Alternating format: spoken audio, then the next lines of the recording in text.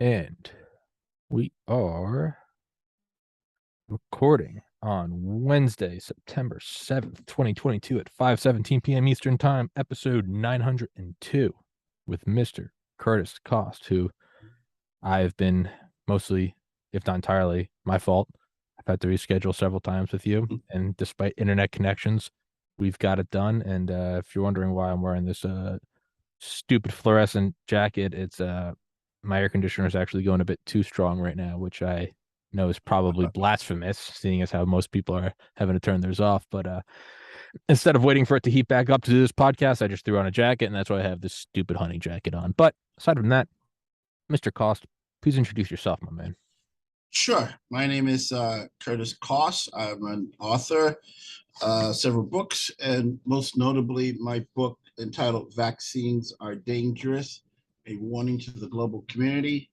And the first edition of my book came out in 1991. So I literally have been out there warning people about the dangers of vaccines, doing lectures, interviews, organizing forums and demonstrations. And I've worked with Al Sharpton. I work with Bobby Kennedy now. And so I've been doing my part to wake people up about the dangers of these vaccines. And now the whole issue of the quarantine camps that here in New York, the governor, Kathy Hochul, wants to impose. Fortunately, we had a conscientious lawyer here in New York by the name of Bobby. Bobby Ann Cox, right? And she took them on. She's 25 years experience as a lawyer. And most of that time has been spent suing the government. So she was ideal to take this thing on. And she took it on at a time where all the lawyers I spoke with said they can't do anything. They have to wait until harm is done. That is, they actually open up the quarantine camp and people are injured by it and so forth. But she, used a little creativity and got around that and won. I mean, won in the New York Supreme Court. And only thing is, the governor has vowed to appeal it, along with her attorney general, who would actually do the dirty work. They're planning on appealing it, and they have, I don't know, about 4 months still to go before they actually need to officially file it, which means they could wait until after the November elections to file to appeal the quarantine decision that the Supreme Court ruled against. So they may not want too much publicity on this issue because it's embarrassing. They can't defend it in any kind of public debate. So the thing I want to do and many others want to do is expose this as hard as we can to the public to let them know these people want to be able to start throwing New Yorkers into quarantine camps. And if they succeed in New York, they're going to expand. It's going to reach Connecticut, New Jersey, and stretch across the country. So it's critical that New Yorkers wake up and think about these issues, especially when they go to the voting booths in November, because both Governor Hochul and Letitia James are running for election. And so people need to be mindful of these issues. For the listeners who might not be aware of it, you could always go back and find the episode that I had on with Miss Bobby Ann Cox about these. But Mr. Cost, could you maybe shed some light on the quarantine camps in New York State and for Sure. people that haven't heard of them or don't know as much about them? Well, basically, the governor did something that was a violation of the Constitution, a violation of New York State law. Um, the only one who can make laws is the legislative branch of the government here in New York State. And she could not get this type of legislation through the legislature because they don't want it. They've had similar legislation and they did not want it. And so what she did was she went around the legislative process and introduced this as a regulation. And by doing that, I mean, there wasn't much she needed to do after she presented it. There's a committee that's totally under her control and they approve it. And then it effectively becomes a law. But that's not the role of the executive branch, which is what is the branch of government that Kathy Hochul is in. She's like the equivalent of the president. The president doesn't make laws, but he can influence laws. And basically, her real job is to enforce laws. So by putting this regulation in place, she basically gave herself the ability to make a law. And that's illegal. That's why the Supreme Court shot it down. Now, what makes this quarantine camp thing so bad? Basically, the wording in it says that they could pick up anybody anytime and throw them into one of these quarantine camp facilities or confine them to their home based on an accusation. That's it. I mean, they don't need any proof. And you don't, once you're taken into a quarantine camp, you don't have the right to go before a court. So there's no jury decision, there's no judge decision. Basically said you have your potential health threat. I mean, you might have a communicable disease or whatever, or just a threat politically, which I think is the biggest issue. And they don't have to prove anything. You have no rights, and they can keep you for as long as they want. And there are no age restrictions. So they could knock on your door at midnight and take your kids away from you, or your wife, or the husband. It's atrocious. And if anybody wants to get an idea of just how bad things can get, all you got to do is look at the situation in China, Australia, and other places. Look up quarantine camps on YouTube or BitChute, and you see the horrific conditions that these people are living in. Little tiny cubicles with nothing more than a wooden bed, a toilet, and a sink. And they have no rights. And on top of that, they are forced to eat whatever they're given. It's not like they can order out to McDonald's, which is not healthy. That's a bad thing too, in my opinion. Yeah, but but it's so tasty. Yeah, It's so, dude. I was giving my own personal opinion of it. I'll throw back 5 McChickens without blinking. Yeah. In any event, well, you can't order out, so you have to eat whatever they give you. God knows what might be in there. You have to take whatever test they're gonna want to give you because you want to get out. So you got to do whatever they tell you, and you'll be forced to take whatever drugs or vaccines. All right, let me put it this way: there's nothing in the language saying they can't force you to do those things. So in the actual wording, there's nothing says you can't force a person to take a vaccine or a test or threaten them that they won't be able to leave unless they do it. But there's nothing there to stop them. So it's a very scary thing, and that's not even talking about the impact on the person's personal life. I mean, if you're taken away for weeks or months, well, how are you going to pay your bills? Or if you're self-employed, how are you going to run your business if you're not there? I mean, it could be very, very disruptive to a family. You could be fired. Who knows? To my knowledge, there's nothing in there saying that an employer can't fire you if you're away too long. So this is bad all around. It's totally illegal, and it's horrific. And we can't allow this to happen because they do this. I mean, everybody's going to be afraid to say anything at that point, because you'd be afraid that somebody's going to knock on your door and take you away. You're sick. Right. So if you're sick. Well, no, I'm fine. No, we said you're sick, and that's it. You're going with us. Oh, no, you're sick. The state knows best, and me and these 10 guys with M16 and an armored truck say you're sick. Well, I mean, really what this is we're just talking about another form of prison, right? I mean, what is incarceration, right? You absolutely right. You can't work at your job. You're not present for your children. Your spouse isn't there with you. You lose your standing in society, and you've given up all of your. No, I haven't given up. You've had removed all of your individual rights. What you're doing, what you're reading, when you're eating, what you're eating, where you're eating. This is another form of prison, but it's evolved. It is you look at a shark. A shark doesn't look cuddly. There's no reservations about a shark. You don't look at it and go, maybe. You look at a shark and it looks like death. It's got black eyes. It's just got scary fins, and it just stares at you. There's no reservations, right? But like an anglerfish in like the depths of the ocean, it's got that little light on their head, right? And it's like in Finding Nemo, they see the light, like, oh, I feel warm. I feel soft. That is an evolution. That is an evolution of, instead of, looking like a shark, you look like a warm, soft candle. Yeah. And then you still get eaten. So it's the same thing. You have prison, which is, it's prison. If you ever drive by a prison, you can't help but stare at it. You're like, oh my God, look, there's a jail. But this is different. This is for your health. This is for the health of others. We're making sure that this doesn't spread out to the rest of the country.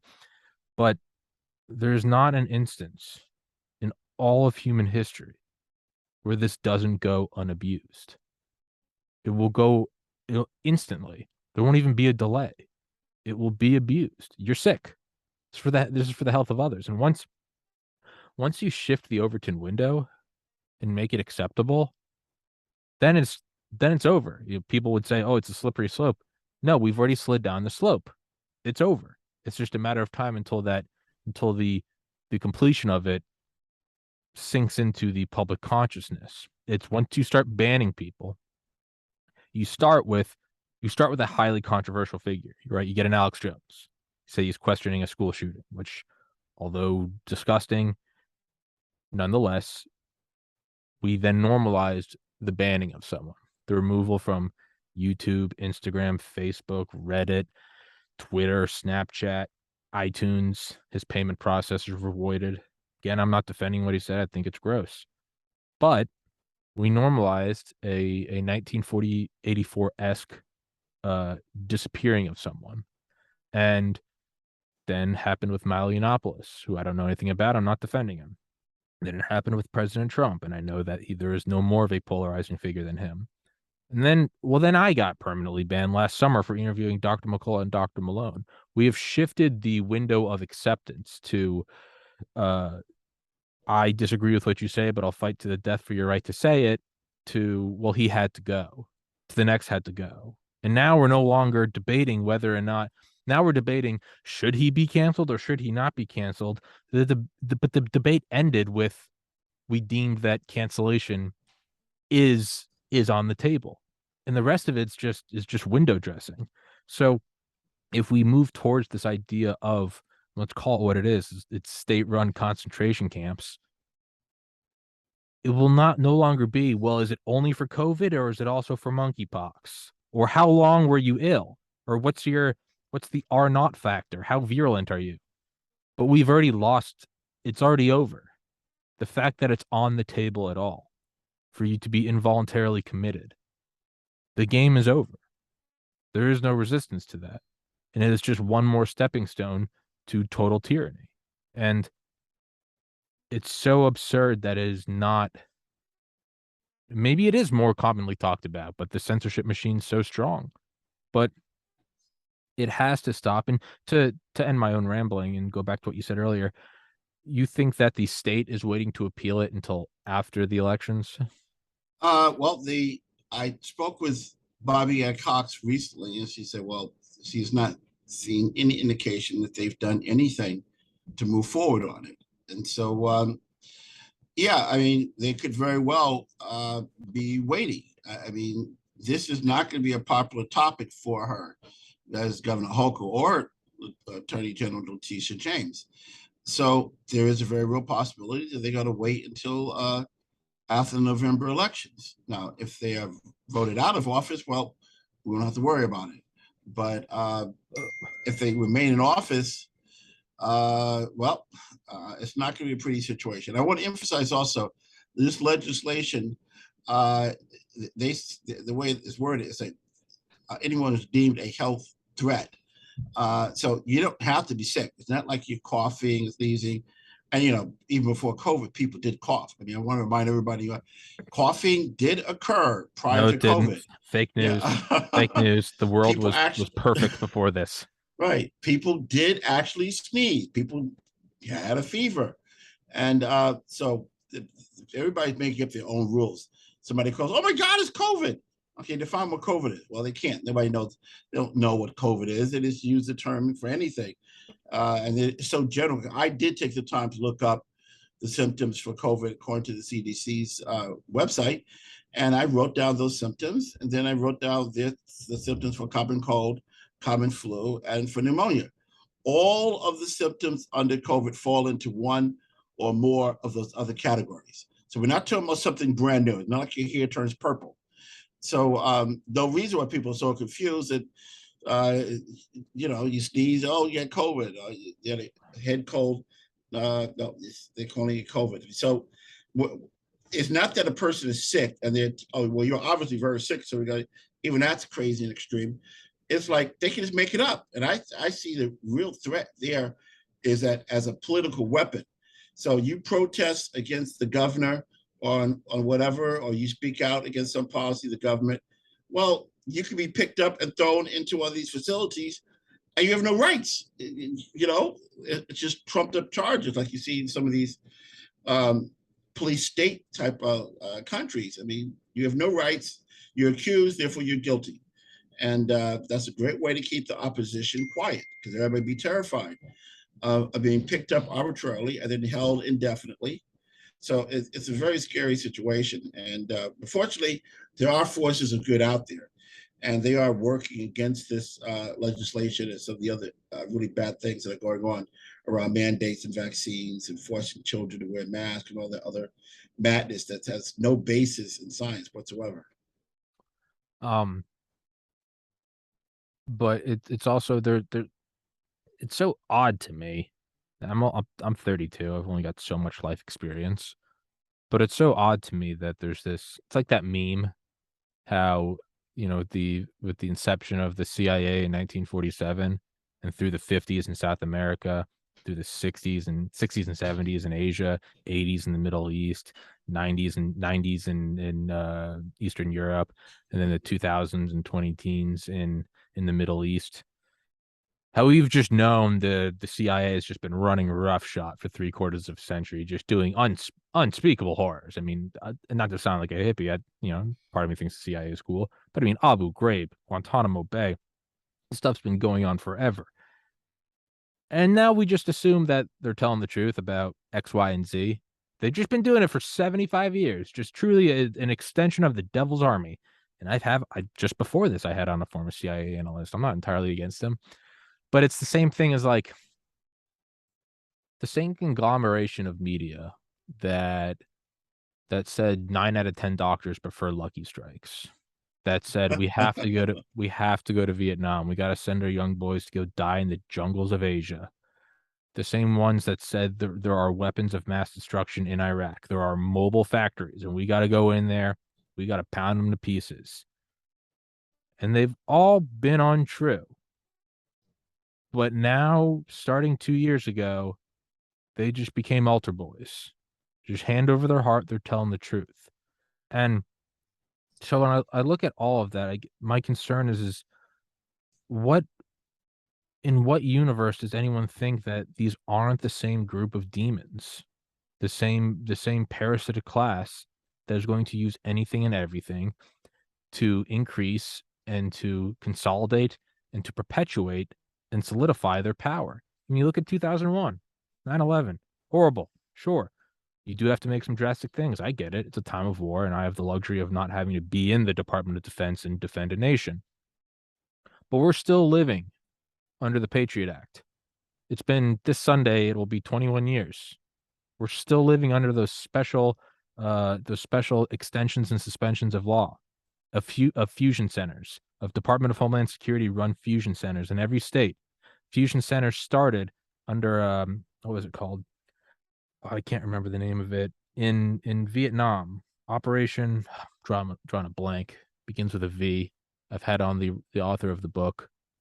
But the CIA state sponsored terrorist programs we ran and internment camps throughout all the regions of Vietnam. That same project morphed into fusion centers, which are present in the United States today. We are still living under the shadow cast by emergencies that are decades old, and we all universally are against them. Domestic surveillance, no-fly lists, the tracking of people, the backing and monitoring of free speech, and the disavowing of encrypted communications. Yet we're looking at all of those. It's like when you get really hungover, you get really drunk in college and puke your brains out, and the next day you wake up and you go never again, and then 5 days later you go get a six-pack of beer, thinking something different's going to happen. We're looking at all of those, and then we're just walking with arms open into another step towards an irreversible tyrannical state. I don't understand that. Maybe I'm the idiot. I don't know. Not really a question in there. That was kind of a rant. Apologize. Mhm.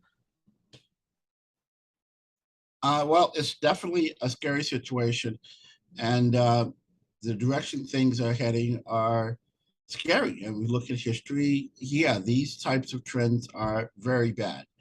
And Uh, my goal and the goal of lots of others who are aware of this is just to wake people up. Draw your own conclusions, do your own research, but everybody needs to be aware. And they also need to be aware of, my understanding is that if you may have registered as a Democrat or Republican, you can vote for whatever party you want. Mm-hmm. So if people are aware of this information and they figure, well, I don't want a certain person to remain in office or to stay or be in office, you're not restricted, is my understanding. Double check that for yourself, but you could be a registered Democrat and still vote Republican or whatever. And the public needs to start showing their feelings about what's been happening over the past few years. And one way of doing that is exercising your vote. I know there were problems with the presidential election. I also know that efforts have been underway to fix some of those abuses that took place in that election. But at the very minimum, everybody needs to vote. Make sure you're registered, vote, and let your feelings be known through your vote. So that's what I encourage. And there's lots of ways to become more involved if you want. I mean, Bobby has her website at New York Children's Self Defense has their website. We can go get more information and learn about events and things that are taking place along these lines. So people need to wake up, do their research, get involved, and show their feelings through their votes and through their activism. We have to wake people up because most people, despite our efforts, I mean, we've been reaching large numbers of people in New York and across the country, and we need to expand upon that. I mean, most New Yorkers still know nothing. Say quarantine camp, what? Yeah. They don't know. We got to get the word out. People, Yeah. if you just talk to your friends and family and neighbors, share some of the flyers that are on the websites. That goes a long ways. I have family in New York Mm-hmm. who intelligent, aware people, more so, Mm-hmm. I mean, way above average. And I remember after I did that episode with Bobby and Cox, sent it to him, and they're like, "The hell are you talking about?" And I was like, "Yeah, yeah, it is. It's that's another thing that should send chills up your spine. The fact that it's so quiet, right? If you if you had if you were just proposing a bill, perhaps controversial, but you left it up to states' rights, like I'll make something up. We're going to stop drilling for oil here, but we're going to open up geothermal plants and start using biofuel. All right. Maybe it's a little hippy dippy, but the state votes for it. They're their own state. They can do whatever they want. If you don't like it, leave. All right. Go for it. Whatever. Not my cup of tea. But when it's so stealthy, when it exists in the shadows, and they're waiting till after an election to bring it up again, dude, that has to put the hair on the back of your neck up. Like, what is that? Who's that for? What mechanism of control is that? Um, You're but absolutely right. yeah, I'll just make this comment. We've had demonstrations at different places, like in Harlem, for example, and we were giving out flyers and talking to people. Everybody was shocked. I yeah, mean, the people passing by, they knew nothing about it. And the question came up, well, why don't we know about it? How come this has not been, like in terms of African American community, why hasn't this been in the Amsterdam News? Why is this not front page news in the New York Times and the Daily News and the Sister Collective News? I mean, there should be outrage. Do you know that the governor wants to throw people in concentration camp with no proof, no nothing, no court trial, no time limits? If that's not front page newsworthy, what is? And people were very upset that they weren't getting this information, and they're very eager to take the flyer. They were reading it and promising to share it with their friends, getting extra flyers. So the public is not aware, and when they do become aware, they become very angry very quickly. yeah, as well as you should. It's, but it's one of those things where there, and perhaps you could call this the brilliance of and by brilliance, I don't condone it. I mean, the Taliban is brilliant in their own respect. The Nazis were brilliant in their own respects. Doesn't mean they're not pure evil. Mm-hmm. But it's perhaps the brilliance of the uniparty, the deep state, the whatever you want to call it, the entrenched power structures, the banking, military, pharma. Yeah, got it. Perhaps it is the brilliance in having such a highly polarized and constantly fueling that polarizing dichotomy of of the populace at large, of left versus right, right? It allows you to completely hate and otherize people on the quote other side, and then turn a blind eye to actions that your quote unquote side is taking that you might not like in a vacuum. And in that way, it is the left and the right are kind of just, it's this like, in my mind, it's this big it's this big gear that moves slowly, and the teeth only go in every 4 years, but it's been moving slowly for 100 years. And you can get this thing where you have you have traditional conservatives who hate everything Obama did, but Obama also made it so that when the bodies of slain servicemen and women all come back through Dover Air Force Base, every single one of them, the flag draped coffins, it wasn't until Obama that the government started picking up the tab for families to fly out there and get a hotel to come receive the remains of their children. That's an objectively good thing. I'm not a liberal guy. That's a good thing. Give credit where credit's due. It wasn't until Donald Trump that he made animal abuse a national felony, or a federal crime, a felony.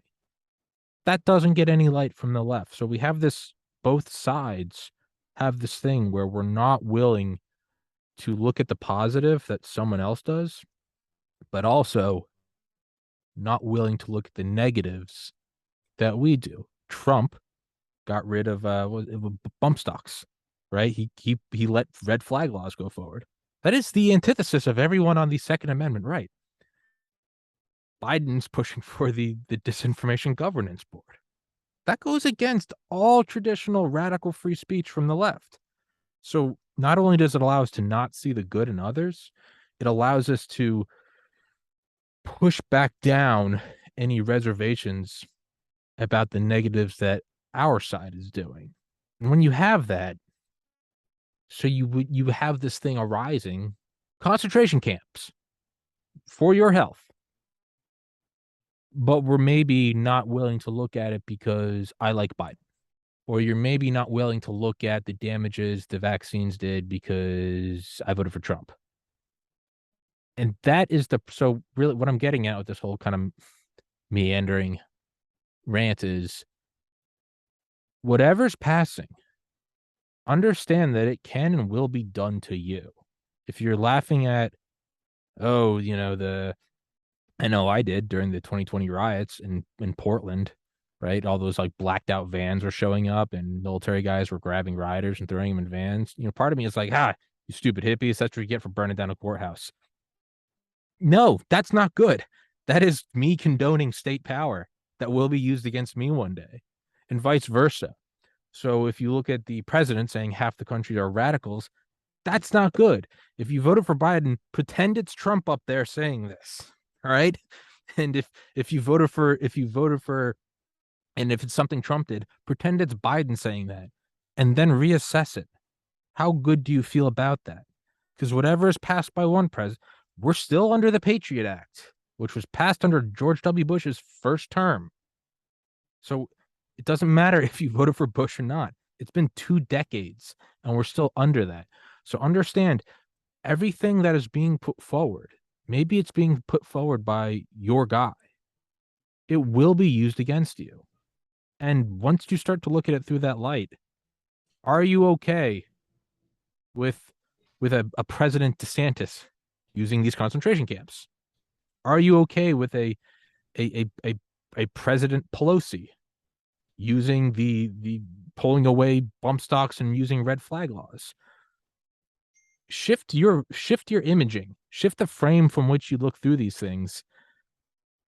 And man, I think I guess that's really the only way I see any of us getting out of this or effectively fighting this, is pretend it's in the hands of your worst enemy. Aside from that, I don't know, man. I mean, you'd think just saying it's a concentration camp would get people riled up enough, but I don't know. Well, it's not easy waking people up on different things. I mean, people will have positive associations with certain leaders, and it's hard to get them to see the full picture. Take Obama. You mentioned how he paid for flights for families to see the remains, but another part of Obama was he was bombing, dropping thousands of tons of bombs on women and children in little villages and countries we had not declared war on. Yeah. I mean, Yeah. it was multiple, like 6, 7 of them, different countries. Yeah. 7 countries. These little goat farmers and stuff. Yeah. He put the label, all their terrorists are there. Maybe if we believe there's a terrorist in that village, so of course we have to firebomb the whole village. So the media doesn't play it up. Anybody can look it up. I mean, this guy was killing people in multiple countries. He'd make a serial killer blush. I mean, serial killers in here, they're amateurs compared to what Obama was doing. Innocent people around the world he was killing, dropping bombs out of the sky on little peasant farmers in different parts of the world. And, that's part of his legacy too. I mean, and a lot of times people want to criticize Trump and praise Obama, especially the Black community. Okay, fine, first Black president. But it's also true that Obama cut the budget for the Black colleges, and Trump gave them something like $2 billion. Yeah. Nobody wants to talk about that. No. $2 billion. Under Trump, the unemployment rate for African Americans dropped to an all-time low. The prison population of African Americans drops to all-time low. So they only. I'm not advocating one person or another. I'm just, since you raised this particular issue, it's a little deviation from what we're talking about. But sure. I said, yeah, we do have to have a balanced perspective, and you can't just get emotionally tied. I mean, I saw Kathy Hochul dancing outside with a little African American girl, and she was all smiles and was cute and everything else. But I mean, okay, that's nice, but that's nothing to do with the broader issues. You want to throw people arbitrarily in camp and have absolute power over their lives. Okay, it's nice you can dance a little bit with the little girl, but that doesn't take away these other realities. So whatever positive associations we have with particular politicians or doctors and scientists, we got to aggressively look for the pros and cons at all sides. And she supports the vaccine. She was supporting, constantly declaring emergencies where there's no emergency. And she wants these quarantine camps. She's not come out yet and said, well, we changed our mind. We're not going to appeal. We're not going to file an appeal against the quarantine camps. So everybody should be asking, right, to call Kathy Hochul and Letitia James, say, why do you want these quarantine camps? Why do you want the New Yorkers into quarantine camps? And on top of that, there's already been a law on the books, I think like 60, 70 years, where they already have provisions for removing a person from society if they're deemed to be a health threat. So somebody has some kind of health condition that's potentially communicable. But if they're behaving in a responsible way and not doing things that puts others at risk, there's leeway. That they have due process, and they have to be proven to actually be sick. Under this regulation, illegal, unconstitutional regulation, because no proof is required, no evidence, no nothing. So they want the ability to arbitrarily pick anyone up off the streets or in their homes and throw them into these quarantine camps. That to me says it's a power play. It's not about health, and it's not limited to COVID. The way the wording is, it applies to anything they want. There's no need for there to be a declared emergency. So you can be sitting in your home after having dinner and watching TV with your kids, and there's a knock on the door. Your whole family got to go to a quarantine camp because we said so. I mean, no evidence. No, you can't call your lawyer. You don't have a right to a trial. No, because we said so. You got to go, and then all you got to do, if you want to get a picture of what this looks like, look up the quarantine camps in China. In fact, better than that, just go to my Substack, curtiscost.substack.com. I have video clips and articles and things, and a great interview which I did with Bobby Ann Cox and Shabnan Mohammed, both are lawyers, and one is in Africa, Bobby here in New York. Great interview, and it went to great details about these quarantine camps and the potential dangers and what's happening in other countries. And so Curtis Cost, my first and last name, .substack.com. And if anybody's interested in reading my book, I would encourage them to go to my website. This is my book here, Vaccines Are Dangerous. Don't go to Amazon because it's censoring me there and allowing people to sell collector copies for $200-$300 or more. My website is www.vaccinesaredangerous.blogspot.com. www.vaccinesaredangerous.blogspot.com. I have lots of great, carefully selected videos on this topic and various aspects of vaccines. And of course, if you want to order a copy of my book, you could do so. People love it. And I autograph and date all copies ordered from my website of my vaccine book. Hell yeah. I'll put the I'll put the links to those in the description for your Substack and your book and your website. But I think that's the perhaps because right, we can't keep our head in the sand and pretend like there aren't existing health laws. I mean, I'm reading a book right now about Operation Paperclip when we brought back all over those Nazis from after World War II to work on the rocket program. Even they had to provide blood work to make sure they didn't have diseases X, Y, and Z.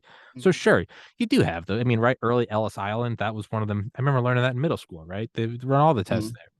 I've had on immigration doctors who specifically work towards creating these 60-second checkups you do for people at the border. So I mean, it is a thing, but there's also a difference of being able to prove you are not sick, right? You prove through blood work, hey, I'm good, versus pounding at the door. And is it because we think you're sick, or is it because you went on Tommy's podcast and criticized Obama? That might be it, or criticize Trump, Right. whatever your cup of tea. Yeah, you're right. That's where it's going. I mean, there is something called due process. There has to be due process. And, if we've gone fine all these years with nothing like this extreme ever, and we've been doing fine. Yeah. Until just past 2 or 3 years now, like every other month, there's a new disease coming out, Omicron, Delta, and everything else. I mean, it's just, I'm a researcher. I've been researching this for 30 years. It's all BS. I mean, it's unbelievable. No, it's all horse shit. It's all horse shit. Yeah. I mean, you look at the statistics, the survival rate of somebody, assuming that there is a COVID virus, is something like 99.5% or higher. I mean, I think it's 99.97. Yeah, you're right. But as you get the 69 age rate, I think it's 99.5. That's the last statistics I heard. So it varies by age, but still, you're talking about over 99% recovery rate. And then what are the symptoms? Coughing, sneezing, fever. I mean, come on, there's 1,000 things that cause you to cough or sneeze. I mean, they're really playing us for fools. How stupid do they think we are? They got us in a panic, taking experimental drugs because they're afraid of coughing or sneezing. Oh, come on. Yeah. I mean, I've been tracking this stuff for decades, and people were doing the same type of research as me. We sit back and we look and we say, come on, the public is not that stupid. Come on, they're not going to fall for this again. They pulled the same scam with the Spanish flu, where I just finished doing research on it, giving a presentation. Spanish flu had nothing to do with a virus. They did an experiment where they took soldiers, volunteers, and tried everything to get them sick with people who had supposedly Spanish flu. They transferred mucus sample from the sick person to the healthy person. Soldiers didn't get sick. Transferred saliva samples, mouth to mouth, nothing. Blood samples, nothing. They even transferred bodily fluids from individuals who died, corpses, died from Spanish flu, and injected it into or exposed it to the volunteers. They didn't get sick. They even had, I don't know how they convinced these volunteers to go for all this stuff. They even had these sick patients cough into the faces of these soldiers, and the soldiers were instructed to breathe in as they were coughing them, and they still didn't get sick. And the doctors had to conclude, well, we thought we knew what caused Spanish flu, but we have to admit that we don't know. And this is all documented. And my report, which will be coming out soon, I have the references right there. I mean, so it wasn't a contagious disease. We talk about the Spanish flu of 1918. What it was vaccine. They were giving people all kinds of experimental vaccines at high dosages in some cases. And that's what people were getting sick from. In fact, the only ones who were getting sick and died were the vaccinated. And how do we know? Because we have testimonials from people who lived through it, such as Dr. Eleanor McBean, author of the book, The Poison Needle, where she pointed out both of her parents were doctors, and they did not take the vaccine, and they did not allow the children to take the vaccines. And they were all fine. And her parents, being doctors, they were regularly going to people's homes who were sick with Spanish flu, and they never got sick. Nobody got sick who didn't get the vaccine. Hmm. But the mythology, if you look at most of what the doctors are saying today, most of the news media about the Spanish flu 1918, they put the blame on the virus. Even though it was proven back then, there was no virus, there was nothing contagious. The soldiers were given experimental vaccines, and then they scared the public like they're doing now into running out and getting those vaccines. Oh, the soldiers are coming back for World War I, they have all kinds of diseases. You should go and get all the vaccines that we have. And people did it, and then they started dying. And so we have the same type of scenario right now where people are so gullible. I'm sorry to say it like that, but they're gullible, stupid. Why are you going to take an experimental vaccine you know nothing about? I mean, what is it about the word experimental that's confusing to you? There are insurance companies right now in Europe, and I understand some in America, that are not refusing to pay the insurance for the deaths because they say, wait a minute, you were warned in advance that this was an experimental drug, and we knew some of the side effects, and you went ahead and took this experimental drug anyway. That means you're suicidal, and your insurance policy doesn't cover suicide. I mean, I wish I could show you one of the charts I have for my presentation. I looked at all the deaths from 1990 all the way up to 2021. And I did a comparison of those who received all the other vaccines and the number of deaths from 1990 to 2021. And I compared that with the deaths associated with through VAERS, VAERS, Vaccines Adverse Events Reporting System, in 2021. I'll try to visually, my hand, give a description. The numbers, imagine this is the chart here. This is 1990. The numbers for the deaths for all the other vaccines is like this. You know, Oh, yeah. But then when you get to 2021, yes, you must have seen the chart already. Oh yeah, all no, the way up there. I used to have it. I used to have a shortcut to it on my home screen. Oh, yeah, Right. I just check it every week. You don't have to be a mathematician. You don't have to have a master's degree to look at that graph and know something is wrong. So people are going to wake up one way or the other. They're going to wake up by listening to people like me and going to the website, listening to Del Bigtree on the Highwire, Bonnie, or going to Children's Self-Defense website. They're going to either take the time and shut up and just listen to the information that's out there and then make an informed decision, or they're going to learn the hard way. I mean, when your kid dies, or you're having seizures all day, or you have horrible rashes all over your body, or all of a sudden you or a family member is having heart attacks and everything else, well, you're going to learn the hard way. So you can learn the easy way and do some serious objective research from people who are going to not allow themselves to be sensitive, putting hardcore information out there. Or, you're going to keep your head tucked in the ground and trust Grandfather Fauci and take these experimental drugs. And, your fate is in your own hands. I don't know what else to say. I mean, I would say the first thing you need to do, anybody who's in doubt, is look up the word experimental. Because, I don't know, people seem to be confused, but experimental means lab rats. They give them stuff, they don't know what's going to happen to them. Yeah. And that means they can get sick, they get crippled, they can die. And on top of that, if anybody's confused, you can't sue the drug companies. The drug companies made sure you can't sue them for vaccines. You can sue for anything else. You can sue auto manufacturers. You can sue them for the aspirins, but you can't sue them for the vaccine. In fact, they already had a law in place, the 1986 Childhood Vaccine Injury Act, which made the pharmaceutical companies immune under most conditions from being sued. But they went ahead when it came to COVID and put together the PrEP Act, which gave them even more protections. So why would they need all these protections if they say 95% effective? And the messages you hear all the time, safe, effective, and free, and all the commercials and stuff. I mean, they should be. I'm not a lawyer, but maybe someone should consider a lawsuit for them saying that. How can you say safe and effective when the records from the FDA that was submitted to by Pfizer lists over 1,300, close to 1,300 adverse reactions? Well, how does the word safe fit in when you have close to 1,300 adverse reactions? And you got athletes dying all over the world. I think last time I heard account was like 800. Now they can't cover those up because these live TV You see these healthy athletes all of a sudden collapsing on the dead. field and dying, or the basketball court, the football. I mean, now, if this is what with this captured on TV unintentionally, they didn't want that to happen. Imagine how many people are dying around the country, around the world that we don't know anything about because it's not on the 6 o'clock news. Yeah. Yeah, it's bad. I mean, so people do look up the word experimental in case you're confused. Look up the 1986 Childhood Vaccine Injury Act and the PrEP Act, and then you'll realize you're on your own. So if you're paralyzed, tough luck. You're not going to get any money out of the drug companies.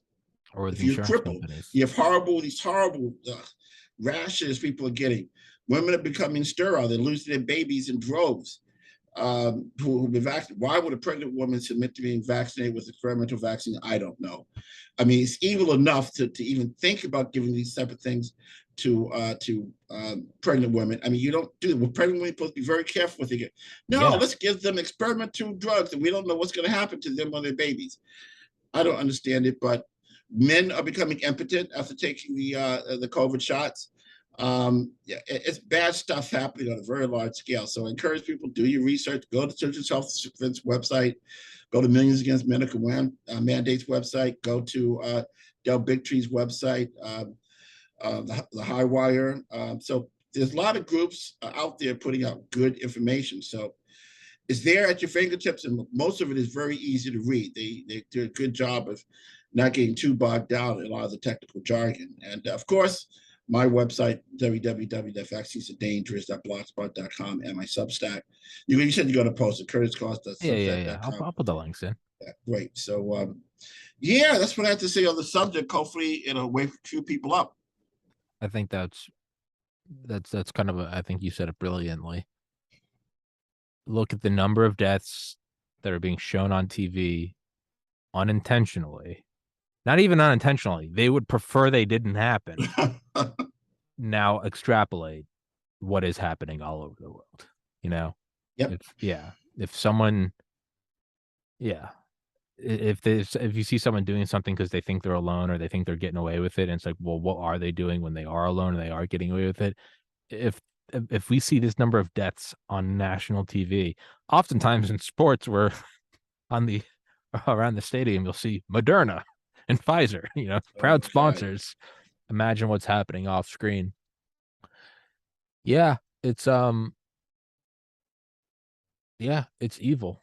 It's absolutely evil, but it's also, unfortunately, it's a form of brutal natural selection in terms of critical thinking and reading things on your own and trusting your gut. And even if you're not an expert and you're not an MD and you're not a biomolecular researcher, you still have a functioning brain to say, I don't have a degree in this stuff, but whenever I talk about it online, I get permanently banned. I mean, something deep inside your spine should be something deep in the base of your brain stem. It's when you see the shark, you see like the silhouette of a grizzly bear. You don't need to know what it is. Run. Run, right? It's just that gut feeling. It's the people that came downstairs after the plane hit the North Tower, people that were starting to evacuate the South Tower before it was even hit. And security guards are saying, no, go back up. It's fine. The fire department's coming. There were some people that said, get the fuck out of my way. I'm getting out of this building. This is a 1/4 mile high of steel and concrete. The other one's on fire. I'm getting off the island. Follow your gut. And if you're wrong, hey, egg on my face. I was wrong. Or you could have been right. So do that. Go to Mr. Cost's Substack. Check out his book. I'll put it in the description. And, or if you've ever watched this podcast and subscribed or left a comment, you're probably going to be in the concentration camps with me and Mr. Cost. So maybe we can all share a bunk and better yet, we'll stop this from happening. And you're goddamn right we will. Goddamn right we will. Yes, indeed. Absolutely. And if worse comes to worse, when you end up in the gulag, we'll make some what is it? What do they call it? Toilet wine or toilet gin, where they brew their own alcohol. Oh, I don't want to think about that. Me neither. But in case it does happen, we're gonna have a good time. So I'm not worried either way. Go check it out. Just what is it? Which president? I think it was Thomas Jefferson. than Ben Franklin, but a well-educated and informed populace is the best resist or the best bulwark against tyranny. Yeah, Is at the that's very good. least understand what's going on around you. You have to be able to acknowledge it, right? So what do they say? The first step is admitting you have a problem. The first step is diagnosing this. Something ain't good. It's not all good in the neighborhood. Work with that and we'll move forward. We will beat this, but we all got to do our part. And with that, Mr. Cost, if you could please text me the links to your website Sure, and I'll do that. Substacks. Thank you. And love to have you on again sometime, man. And thank you, Right. Bobby and Cox, for putting us in touch. Thanks a lot. It's been a pleasure, and you have a nice day. You as well, sir. Thank you so much, Mr. Take Curtis care. Cost. God bless everybody.